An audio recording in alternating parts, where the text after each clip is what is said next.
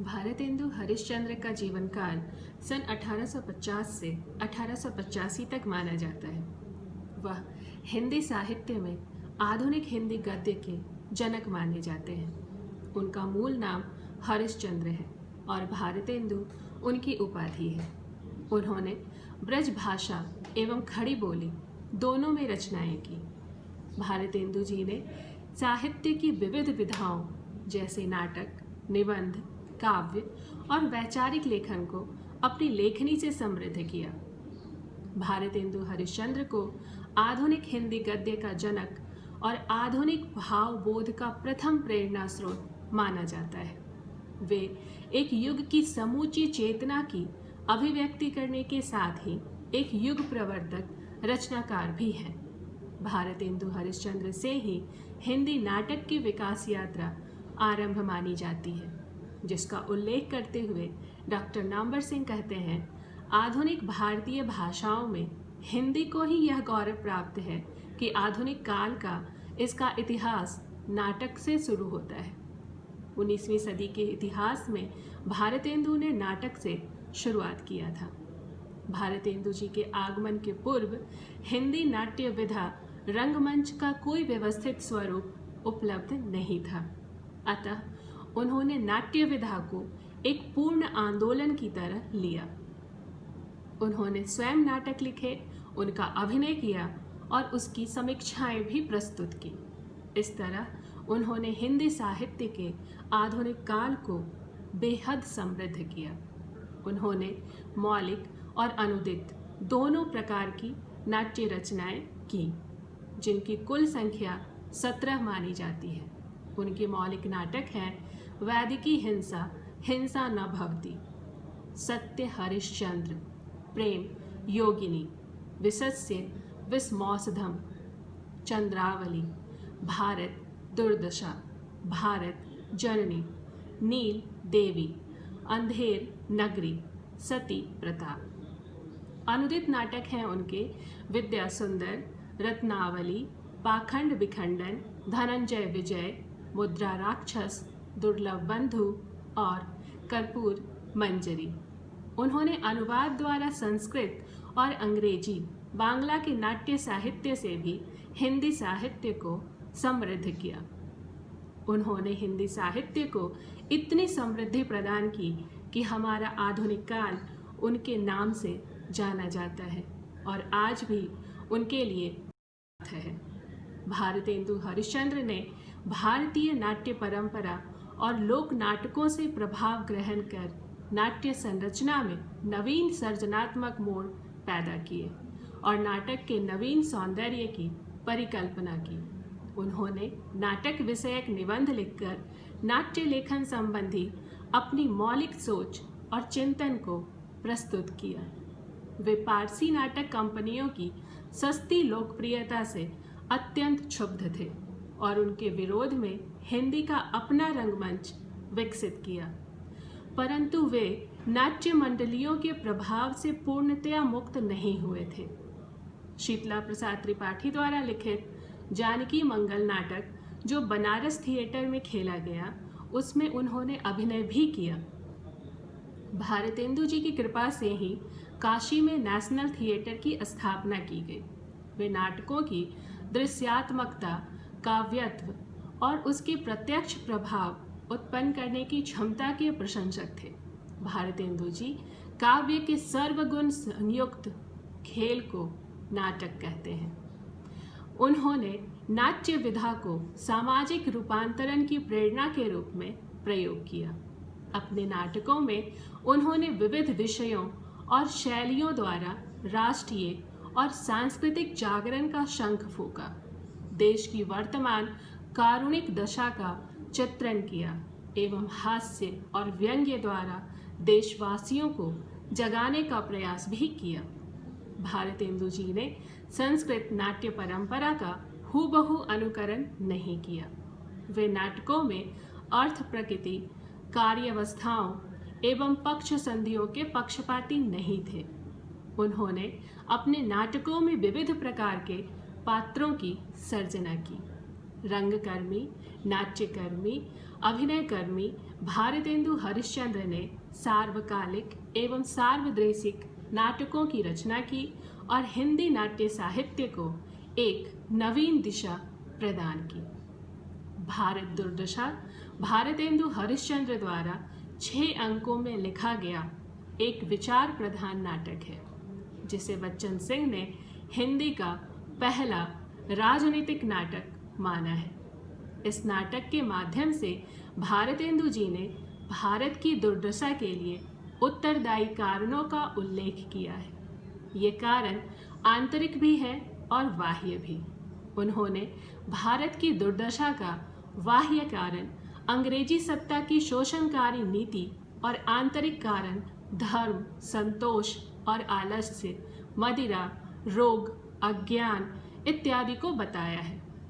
धर्म के आधार पर बटा हुआ देश कभी भी संगठित होकर विदेशी सत्ता का सामना नहीं कर सकता। इसका संकेत भारतेंदु जी इस नाटक के माध्यम से करते हैं।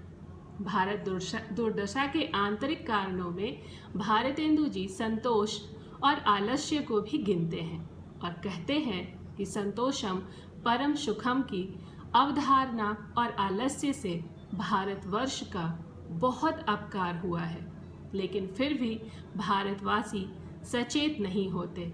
वे सोचते हैं दुनिया में हाथ पैर हिलाना नहीं अच्छा, मर जाना, पैर उठ के कहीं जाना नहीं अच्छा। इसी प्रकार उन्होंने मदिरा, व्याधि, अंधकार, अज्ञानता आदि को भी भारतवर्ष की अवनति का आंतरिक कारण बताया है और इससे मुक्ति का संदेश भी दिया है। भारत दुर्दशा नाटक का मूल कथ्य भारत दुर्दशा द्वारा अपनी फौज के साथ भारत पर आक्रमण कर देना और उसे असहाय बना देना तथा अंत में भारत भाग्य द्वारा आत्महत्या कर लेना है।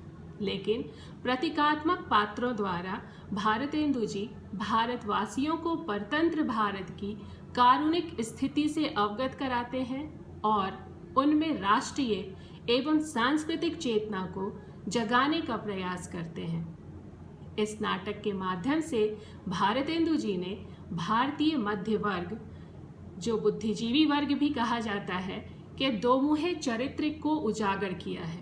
भारतेंदु जी औपनिवेशिक भारत के आधुनिकीकरण के लिए अंग्रेजी राज्य के योगदान की प्रशंसा करते हैं, तो उनकी शोषणकारी नीति का पर्दाफाश भी करते हैं। वे कहते हैं अंग्रेज राज सुख साज सजे सब भारी, पै धन विदेश चली जात ई है अति ख्वारी।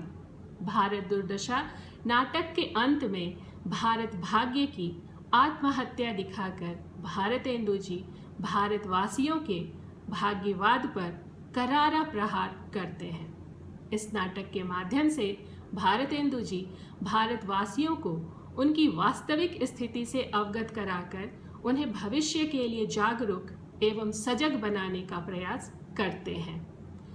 भारतेंदु हरिश्चंद्र ने आम जनमानस तक अपने विचारों के संप्रेषण का माध्यम नाटकों को बनाया था। उनके अधिकांश नाटक रंगमंच की दृष्टि को ध्यान में रखकर लिखे गए हैं। अतः उनके नाटकों को जब हम देखते हैं तो हमें पता चलता है कि इन सभी नाटकों में लघुता का ध्यान रखा गया है।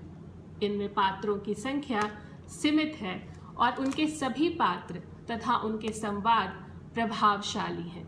लंबे कथन एवं गीत यद्यपि इस अभिनेता को थोड़ा कमजोर बनाते हैं, लेकिन इसके बावजूद यह नाटक रंगमंच की दृष्टि से भारतेंदु जी के सफलतम नाटकों में से एक है। भारतेंदु हरिश्चंद्र के नाटकों की वास्तविक शक्ति उनके भाषाई प्रयोग की कुशलता में निहित है। उनकी भाषा बने बनाए ढांचे की भाषा नहीं है, वह स्वतः स्फूर्त है, वह छंद और लय के अनुशासन से परिपूर्ण है, उसमें अभिनय है, ऊर्जा है और विभिन्न कलाओं का समावेश है। भारतेंदु जी ने भारत दुर्दशा में आम बोलचाल की सहज, सरल एवं पात्रानुकूल भाषा का प्रयोग किया है। प्रत्येक पात्र की अपनी भाषा है। जैसे बंगाली पात्र बांग्ला बोलता है, भारतेंदु जी ने शब्दों की सहजता एवं सरलता पर विशेष बल दिया है। उन्होंने आम बोलचाल की भाषा के अलावा अरबी, फारसी, संस्कृत के शब्दों का प्रयोग किया है। इस नाटक में उन्होंने लोकोक्तियों, मुहावरों, किस्सा गोई का प्रयोग कर भाषा को और सजीव बना दिया है। हम देखते हैं कि लोक जीवन, लोक भाषा, समकालीन चेतना और जीवन अनुभव में गहरी पैठ के कारण भारत दुर्दशा नाटक में भारतेंदु जी ने लय, टोन, भाषा शक्ति का बेजोड़ उदाहरण प्रस्तुत किया है। इस नाटक में उन्होंने प्रतीकात्मक एवं व्यंग्यात्मक शैली का प्रयोग किया है। पूरा नाटक बिंबों एवं प्रतीकों में लिखा गया है। लावनी का प्रयोग इस नाटक की रीढ़ है। हम देखते हैं कि शिल्प की दृष्टि से भारत दुर्दशा एक बेजोड़ नाटक है। भारत दुर्दशा के माध्यम से भारतेंदु जी ने तत्कालीन भारतवर्ष के राजनीतिक, सामाजिक, आर्थिक और सांस्कृतिक यथार्थ का जीवंत दस्तावेज प्रस्तुत किया है। भारतवर्ष की तत्कालीन कारुणिक दशा का कारण भारतेंदु जी ने अंग्रेजी साम्राज्य को तथा हिंदुस्तानियों के आलस्य को ठहराया है। भारतेंदु जी प्रतीकात्मक पात्रों के माध्यम से जनता को उनकी वास्तविक समस्याओं से परिचित कराते हैं और उन्हें जगाने के लिए भारत के प्राचीन गौरवशाली अतीत का स्मरण कराते हैं। इस नाटक में निश्चित रूप से निराश, हताश भारतीयों की लक्ष्यहीन सोच है, जो उनकी सकारात्मकता से ओतप्रोत हो जाती है जब भारतेंदु जी ने उसमें राष्ट्रीय एवं सांस्कृतिक चेतना का संचार किया। यह नाटक हमारे लिए बेहद महत्वपूर्ण है और हमारे हिंदी साहित्य का एक ऐतिहासिक धरोहर है।